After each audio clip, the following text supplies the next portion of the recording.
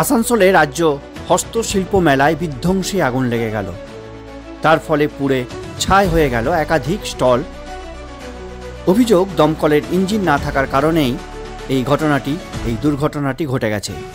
আসানসোলের পোলো গ্রাউন্ডে রাজ্য সরকারের হস্তশিল্প মেলায় বিধ্বংসী আগুন লাগার ঘটনা ঘটে গেল।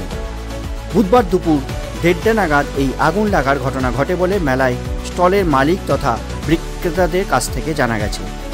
বিক্রেতাদের অভিযোগ, এত বড় একটি রাজ্য সরকারের উদ্যোগে মেলার আয়োজন করা হলেও কোনো দমকলের ইঞ্জিন মেলা চত্বরে ছিল না। এছাড়াও আগুন লাগার আধ ঘন্টার বেশি সময় পরে দুটি দমকলের ইঞ্জিন মেলা চত্বরে আসে বলে আরও অভিযোগ উঠেছে।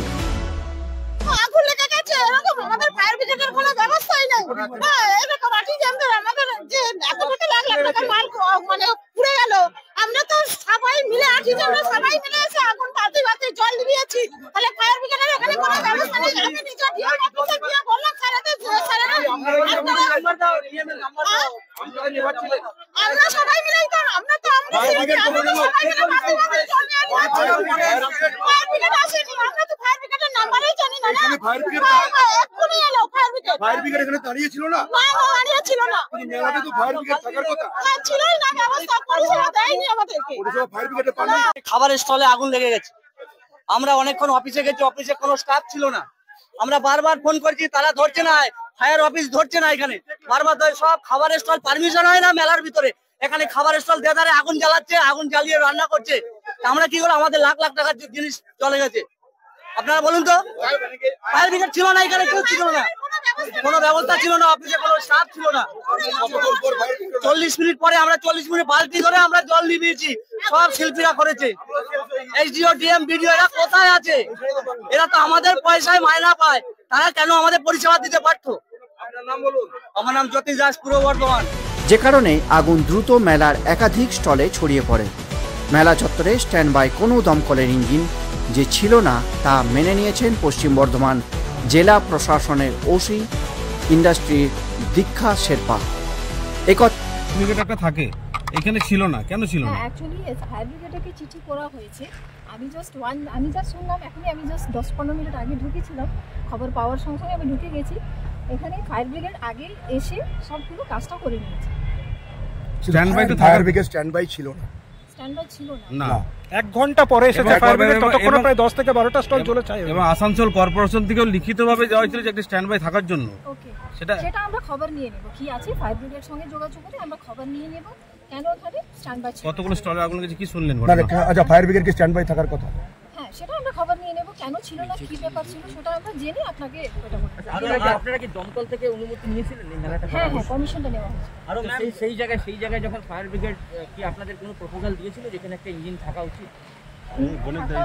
সেটা তো এটা এমএসএমই ডিপার্টমেন্টের সঙ্গে একবার কথা করে আমি বলতে পারবো।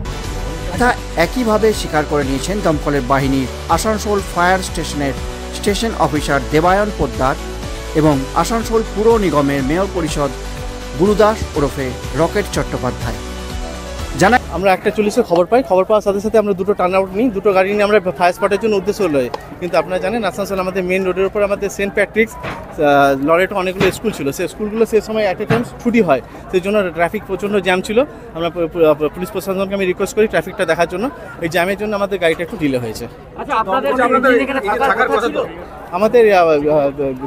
আমাদের রোটেশন করতে আমাদের স্ট্যান্ড বাই সেমনি কিছু ছিল না। আপনাদের কর্পোরেশন বলছে যে আপনাদেরকে চিঠি দিয়েছে, আমি দেখে নিচ্ছি ব্যাপারটা কি আছে, আমি দেখে নিচ্ছি। ঠিক আছে, কর্পোরেশন দুজনেই বলছে চিঠি দেওয়া হয়েছিল, আমি দেখে নিচ্ছি তাহলে কি আছে রেকর্ড। আমি দেখে ফায়ার এক্সটিংগুইশার রেখেছিলেন এখানে? হ্যাঁ, ফায়ার এক্সটিংগুইশার আপনি দেখতে পাচ্ছেন এখানে রয়েছে, দেখে নিচ্ছি ওটা কেসে হয়েছিল, আমি দেখে নিচ্ছি। গ্যাস নেই না, গ্যাস নিতে বলতে পারবো না, দেখুন আমি দেখে নিচ্ছি ওটা কি অবস্থা আছে। কিন্তু ফায়ার এক্সটিংগুইশার আপনারা দেখতে পাচ্ছেন ফায়ার স্পটে প্রচুর পরিমাণে ফায়ার এক্সটিংগুইশার রয়েছে। আমিও দেখতে পেলাম যে তারা রয়েছে প্রচুর রয়েছে এটা আমি এখন দেখতে পেলাম রয়েছে। কজ অফ ফায়ারটা এই মুহূর্তে আমি বলতে পারছি না, এখন আমরা ফায়ার এক্সটিংগুইশিং এর কাজে ব্যস্ত আছি। ফায়ার এক্সটিংগুইশ করে আমরা করেছি, আমরা দুটো গাড়ি নিয়ে এসেছি, ফায়ারটা টোটালি আমরা অ্যারেস্ট করেছি। আমাদের পিছন সাইডে একটা দেখতে পাচ্ছেন, পিছন দিকে একটা ফায়ার ছিল, আমরা পিছন সাইডে আগুনটা নিভিয়ে ফেলেছি। এখানে আপনি বলছেন স্ট্যান্ড বাই কোনো অর্ডার ছিল না? স্ট্যান্ড বাই আমি দেখে নিচ্ছি কি আছে আপনাদের, আমি দেখে নিচ্ছি রেকর্ডটা। হ্যাঁ, আমাদের CO2 এক্সটিংগুইশার যেগুলো একজন করে আপনি এটা বলছেন। আমাদের এখানে পিছনে দেখুন প্রচুর পরিমাণে ফায়ার এক্সটিংগুইশার আমি এসে ফায়ার স্পটে দেখতে পেয়েছি, ফায়ার এক্সটিংগুইশার ছিল। এবার দেখুন আজ করেছি কি অকেজ ছিল সেটার মধ্যে দেখতে হবে, সেটা দেখতে হবে কেন প্রপার ইউজ করেছে। আমি দেখে নিচ্ছি ব্যাপারটা কি আছে আমাদের, দেখে নিচ্ছি। কজ অফ ফায়ার জানা গেছে এই আগুনে মেলার 7টির মতো স্টল আগুনে পুড়ে যায়, তার মধ্যে 6টি ফুড বা খাবারের স্টলও আছে। সমস্ত কিছু মিলিয়ে কয়েক লক্ষ টাকার ক্ষতি হয়েছে বলে মনে করা হচ্ছে। জানা গেছে দিন দুপুর 1:30 নাগাদ আসানসোল হস্তশিল্প মেলা চত্বরে একটি খাবার বা ফুড স্টলে আগুন লাগে। একে একে 7টি স্টলে কয়েক মুহূর্তের মধ্যেই আগুনগুলি ছড়িয়ে পড়ে। এই অগ্নিকাণ্ডে হাতের তৈরি বিভিন্ন সামগ্রীর স্টল মুহূর্তের মধ্যেই পুড়ে ছাই হয়ে যায়। এই আগুনের লেলিহান শিখা পরপর থাকা স্টলগুলিকে গ্রাস করতে থাকে, আর সেই সময় দমকা হাওয়া চলার কারণে সেই আগুন দ্রুত ছড়িয়ে পড়ে অন্য সমস্ত স্টলগুলিতে। আগুন লাগার বিষয়টি দ্রুত দমকল বিভাগকে খবর দেওয়া হলেও দমকল বিভাগ ঘটনাস্থলে দেরিতে এসে পৌঁছায় বলেই অভিযোগ। অনেকেরই দাবি প্রায় 30 থেকে 40 মিনিট পর দমকল কর্মীরা ঘটনাস্থলে এসে পৌঁছান। এর জেরে আগুন আরও দ্রুত ছড়িয়ে পড়ে। প্রথমে স্থানীয় বাসিন্দারা আগুন নেভানোর জন্য তৎপর হয়ে পড়েন, তবে পরে দমকলের 2টি ইঞ্জিনের সাহায্যে দমকল কর্মীরা প্রায় 1 ঘন্টার প্রচেষ্টাতে এই আগুন তাদের নিয়ন্ত্রণে নিয়ে আসেন। তবে আসানসোলের মতো ঘন জনবসতিপূর্ণ এলাকার কাছেই চলা এই মেলায় কিভাবে এত ভয়াবহ আগুন লাগলো এবং কেনই বা তা দ্রুত নেভানো গেল না, সেই সকল নিয়েই প্রশ্ন নানান উঠে আসছে। এই ঘটনার খবর পেয়ে প্রশাসন এবং পুলিশের উচ্চপদস্থ আধিকারিকেরা মেলা চত্বরে ছুটেও আসেন। কেন এই আগুন লাগলো এবং কেনই বা দমকলের ইঞ্জিন ছিল না মেলা চত্বরে, তা তদন্ত করে দেখা হবে বলে ওসি ইন্ডাস্ট্রি জানিয়েছেন। এসে আমরা এই মাত্র খবর পেয়ে এলাম। সরকারি মেলা আমরা বলি, সবসময় বলি একটা করে ফায়ার ব্রিগেডের যেন থাকে, ফায়ার ব্রিগেড থাকে।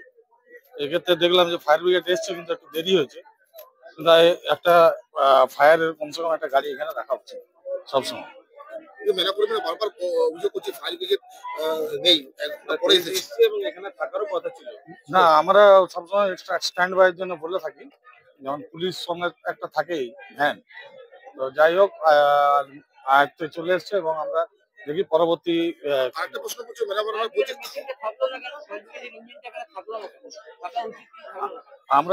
আমরা বারবার লিখিত অভিযোগ লিখিতভাবে জানিয়েছিলাম যে একটা ফায়ার ব্রিগেডের সবসময় দেওয়ার জন্য বলেছিলাম। তো পরে আমরা ইনকোয়ারি করে দেখছি কার গাফিলতিতে এটা হচ্ছে। আমরা সেটা ইনকোয়ারি করে দেখে তারপর আপনাদের জানাচ্ছি। প্রসঙ্গত উল্লেখ্য, গত 1 মার্চ বিকালে এক অনুষ্ঠানে রাজ্যের 2 মন্ত্রী মলয় ঘটক এবং চন্দ্রনাথ সিনহা এই হস্তশিল্প মেলার উদ্বোধন করেন। এই মেলা চলার কথা আগামী 12 মার্চ পর্যন্ত। এই মেলার উদ্যোক্তা রাজ্যের ক্ষুদ্র এবং ছোট ও মাঝারি উদ্যোগ এবং বস্ত্র দপ্তর।